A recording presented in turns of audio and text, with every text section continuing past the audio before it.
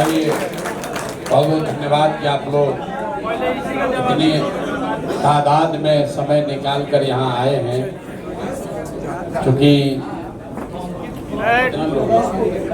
यही रहते बात मुसलमानों के नज़रिए से ख़त्म हुई है तो वहीं से शुरू कर लेते हैं।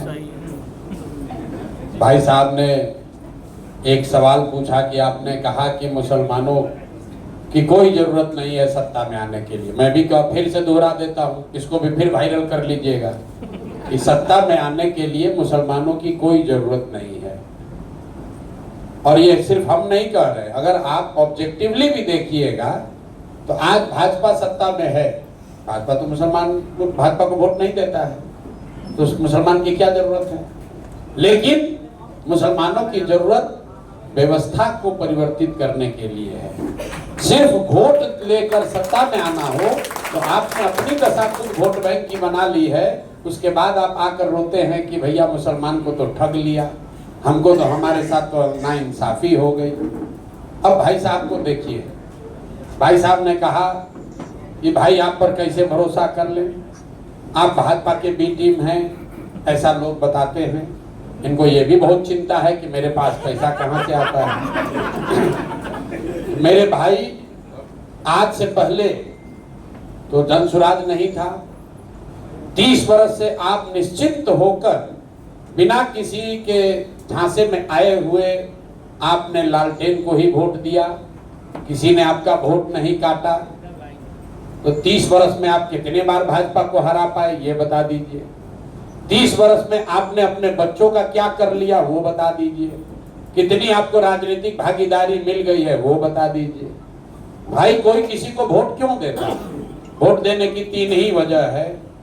या तो आप अपना विकास करना चाहते हैं, दूसरा आप राजनीतिक भागीदारी चाहते हैं, तीसरा आप अपने राजनीतिक विरोधी को हराना चाहते हैं।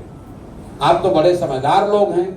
इन तीनों नजरिए से आप जरा अपने 30 वर्ष के अपनी समझ और अपने वोट देने की प्रवृत्ति को जांच लीजिए। तो मेरे भाई, विकास का हालत ये है कि हमको कहने की जरूरत नहीं है, सच्चर कमेटी पढ़ने की जरूरत नहीं है। आप खुद जानते हैं कि बिहार में दलितों के बाद अगर सबसे ज्यादा कोई गरीब, बदहाल, फटेहाल है तो मुसलमान ही है। तो 30 वर्ष से तो आपको विकास तो नहीं मिला है, इस पर तो कोई बहस नहीं कीजिएगा। दूसरा, अब आ जाइए राजनीतिक भागीदारी की बात। तो भैया, आप लोग राजद को वोट देते हैं। आपके आबादी के हिसाब से बिहार में आपको 40 विधायक आपका होना चाहिए, है 19 सारे दल मिलाकर, जिसको आप सेकुलर कह रहे हैं, सारे सेकुलर दल मिलाकर 19 विधायक हैं। कुछ जो मुसलमान हैं वो उसकी चर्चा भी करते हैं और बड़ा इस पर चिंता जाहिर करते हैं।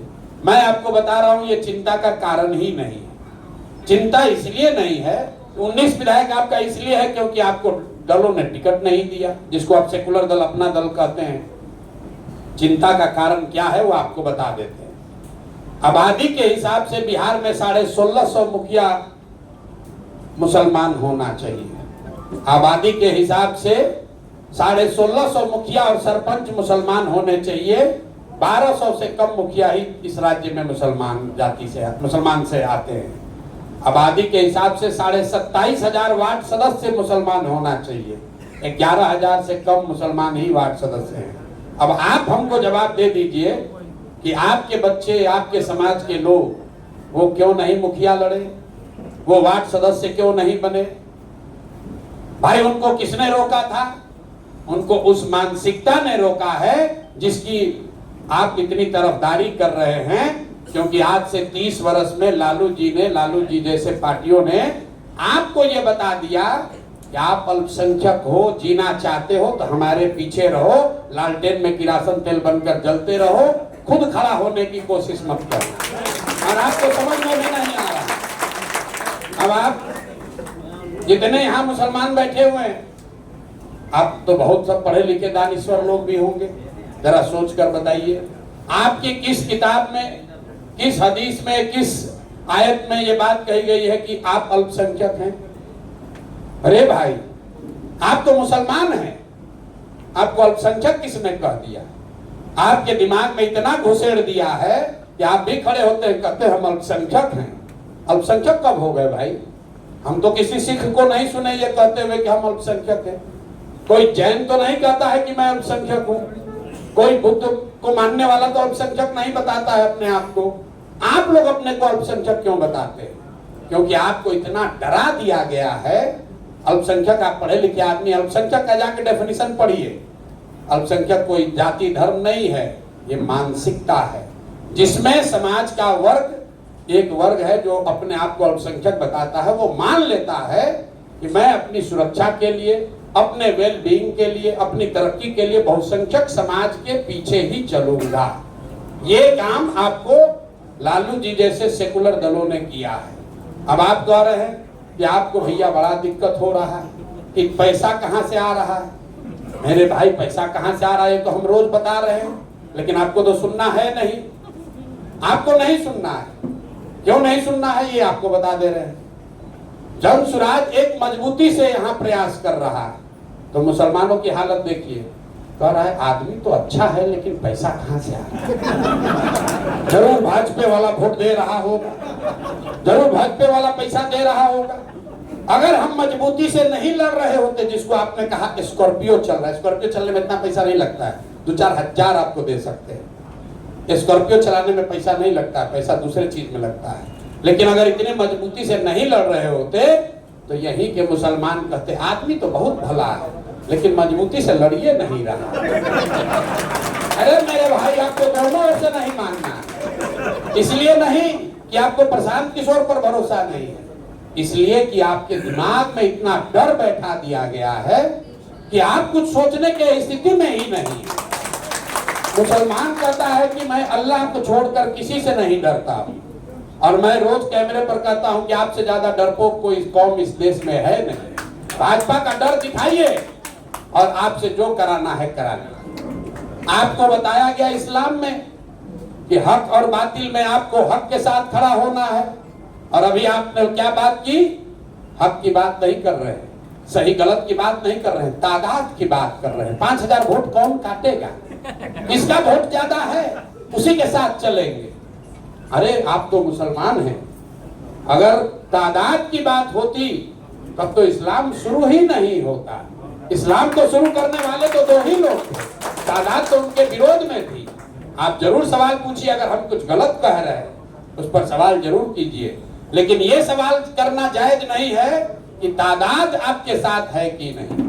मेरे भाई, तादाद की चिंता करोगे तो आप बातिलों के साथ भी खड़े रहोगे, हक के साथ नहीं खड़े रहोगे, और इसीलिए आपकी ये दुर्दशा है। आपकी दुर्दशा। अब मुसलमान पर पूरा ये समय नहीं बिताना चाहते हैं। आपने कहा कि आप बहुत वीडियो देखे हैं, तो हम एक पैगंबर साहब की बात हमेशा कहते हैं कि आपको लग रहा है कि आज मुसलमानों की दुर्दशा है, तो भाई प्रशांत किशोर को छोड़िए। पैगंबर साहब ने क्या कहा? आपने कहा कि आज का जो सत्तारूढ़ आदमी है, जो आदमी सत्ता में बैठा है, वो सब हुक्मरान जो है वो जालिम है, ये मुसलमानों की चिंता नहीं करते हैं, आपके हक की, आपके बच्चों की, आपकी सुरक्षा की चिंता नहीं करता है।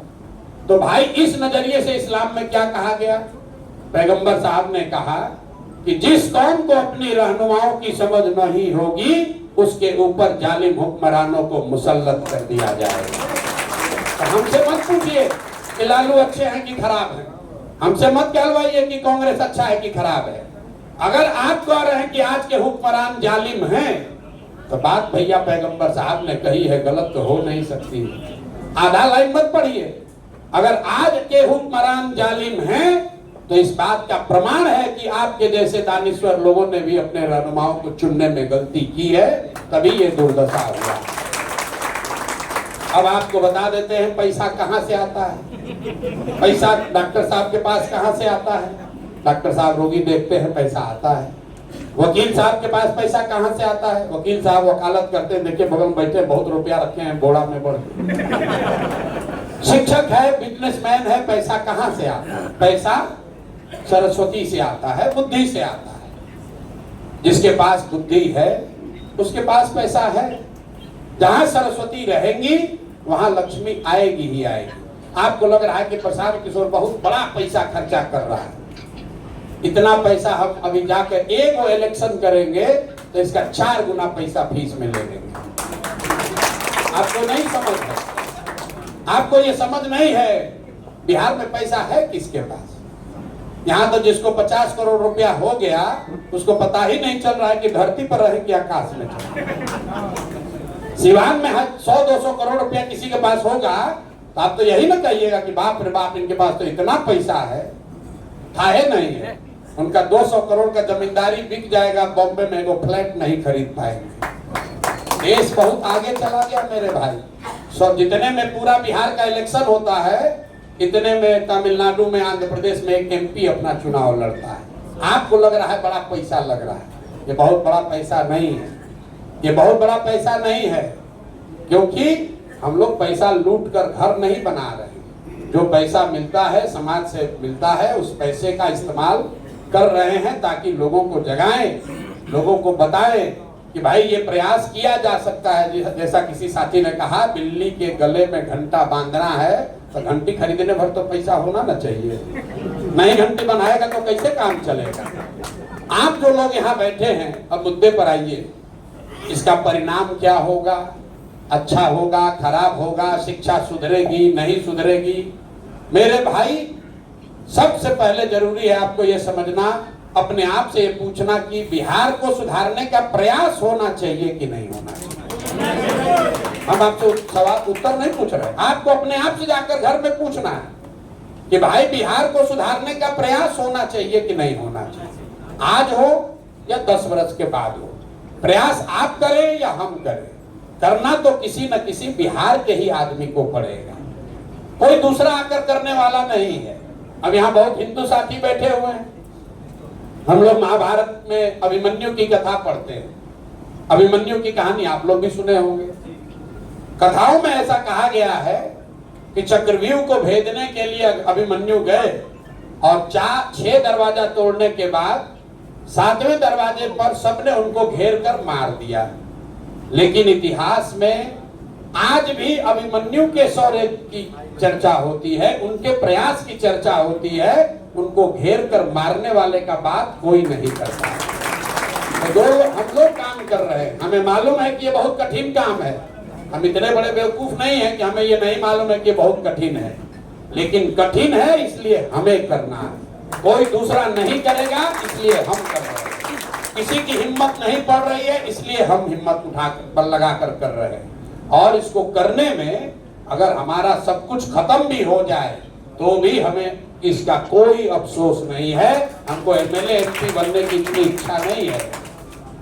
MLA MP बनकर, मंत्री बनकर जितना पैसा, नाम, शोहरत, पावर आप ले सकते हैं उससे बहुत ज्यादा ऊपर वाले ने हमको दिया हुआ है। अभिमान नहीं है, बहुत ज्यादा दिया हुआ है। सब छोड़ कर आए हैं, इसलिए आए हैं कि समझते हैं कि इस मिट्टी का कर्ज है, इसको अदा करना है। हमारे दादा यहाँ बैलगाड़ी चलाते थे, बाबूजी हमारे डॉक्टर थे, यहीं सरकारी विद्यालय में हम लोग पढ़कर शुरू किए। ये जीवन में था कि 20,000 रुपया मिलेगा तो शादी होगी, नहीं तो शादी भी नहीं होगी। 20,000 रुपया का नौकरी किसी तरह मिल जाए, उसके मुकाबले यहाँ तक पहुँच गए कि देश का प्रधानमंत्री और मुख्यमंत्री आपको मिलने के लिए टाइम मांगता है। तो अगर भगवान ने इतना दिया है तो कुछ न कुछ वापस देना ही मानवता है, इसलिए यहाँ वापस आए। मुसलमानों का वोट लेने नहीं आए हैं, इसीलिए वो बतवा कहे थे तो आपको बुरा लगा कि मुसलमानों के वोट की जरूरत नहीं है। अगर आपको डर लग रहा है, अरे भाई कहीं हम इनको वोट देंगे मेरा वोट बढ़ जाएगा, तो मैं आपसे हाथ जोड़ के कह रहा हूं आप पूरी तरीके से राजद को वोट दीजिए राजद को वोट। उससे क्या हो जाएगा? इसी बिहार में 80% हिंदू रहते हैं, तो अगर हमको आधा हिंदू भी वोट देगा तो भी चुनाव जीत जाएंगे, लेकिन फिर आपसे बात क्यों कर रहे हैं? आपसे बात इसलिए कर रहे हैं, मुसलमानों से के पास इसलिए जा रहे हैं कि अगर गांधी की बात कर रहे हैं, बाबा साहब का चित्र लगाए हुए हैं, तो सिर्फ चित्र नहीं है, गांधी की विचारधारा तब तक पूरी नहीं हो सकती है जब तक कि आप 20% मुसलमानों को भी उसके साथ लेकर न चलें। और आप जैसे लोगों के लिए इतना ही कहेंगे कि मेरे भाई आपको चलना है जन सुराज में ही, चलना आपको जन सुराज में ही है, क्योंकि सत्य की अपनी एक ताकत है क्योंकि जीतेगा जनसुराज ही। हम नहीं कह रहे, ये मत समझिए कि हमारा कोई अहंकार है। ये तो बात इस्लाम में बताई गई, ईमानदारी से किया हुआ जद्दोजहद कभी बेकार जा ही नहीं सकता। और हम अगर ईमानदारी से कोशिश कर रहे हैं तो जीतेगा भैया जनसुराज ही। आप लोगों को खाली इतना ही तय करना है मुसलमानों को कि आप अभी कंधा लगाइएगा कि जीतने के बाद कंधा लगाइएगा। अगर अभी लगाइएगा तो निश्चित तौर पर हमारी लड़ाई आसान हो जाएगी, लेकिन अगर नहीं भी लगाइएगा तो कोई आपसे शिकवा शिकायत नहीं है। हम अपना गुणा गणित करके आए हैं कि आप मदद नहीं भी कीजिएगा तो हमको चुनाव कैसे जीतना है। जीतने के बाद आपके पास फिर से आएंगे, आपकी मदद के लिए आएंगे, लेकिन तब आएंगे तो आपसे हर्जाना भी वसूलेंगे। अभी तो जब आपको मौका पड़ा था आप साथ नहीं दिए, तो जब जीत कर आएंगे तो हम शाकाहारी आदमी हैं, आपसे जीत का सेवई भी खाएंगे और आपको साथ लेकर चलेंगे भी, क्योंकि जनसुराज सिर्फ बिहार के लिए नहीं है, इसका नाम बिहार से जुड़ा हुआ नहीं है। जनसुराज में कोई भी सिंबल, कोई भी नाम, कोई भी विचारधारा, कोई भी प्रयास बिहार सेंट्रिक नहीं है। ये बिहार से शुरू हो रहा है, लेकिन ये बिहार के लिए नहीं है। गांधी जब यहाँ आए, उन्होंने चंपारण में सत्याग्रह किया। सत्याग्रह से देश को आजादी नहीं मिली, लेकिन सत्याग्रह से देश को ये हथियार मिला, ये विश्वास हुआ कि ये भी एक तरीका है जिससे अंग्रेजों को हराया जा सकता है। तो बिहार में जो हम लोग प्रयास कर रहे हैं, अगर इसमें सफलता मिली तो निश्चित तौर पर विचारधारा के आधार पर आगे भाजपा के सामने एक बड़ी मजबूत ताकत खड़ी की जा सकती है, और वो बिहार से शुरू होगी। और ये निश्चित जानिए कि होना ही होना है, क्योंकि जब बिहार में होगा तो पूरा देश का आदमी कहेगा जब बिहार में हो गया तो हम लोग तो कर ही लेंगे, क्योंकि आज बिहार को कोई चांस नहीं दे रहा है। ये मान ही नहीं रहा कि बिहार में कैसे कर लीजिएगा। रह गई बात, अब आपने कहा भाई जनसुराज आएगा, किसी ने पूछा स्किल्ड कीजिएगा कि एजुकेटेड कीजिएगा। ये नया सवाल पहली बार हमने सुना है, इसलिए पहले इनका उत्तर दे देते हैं। स्किल्ड और एजुकेटेड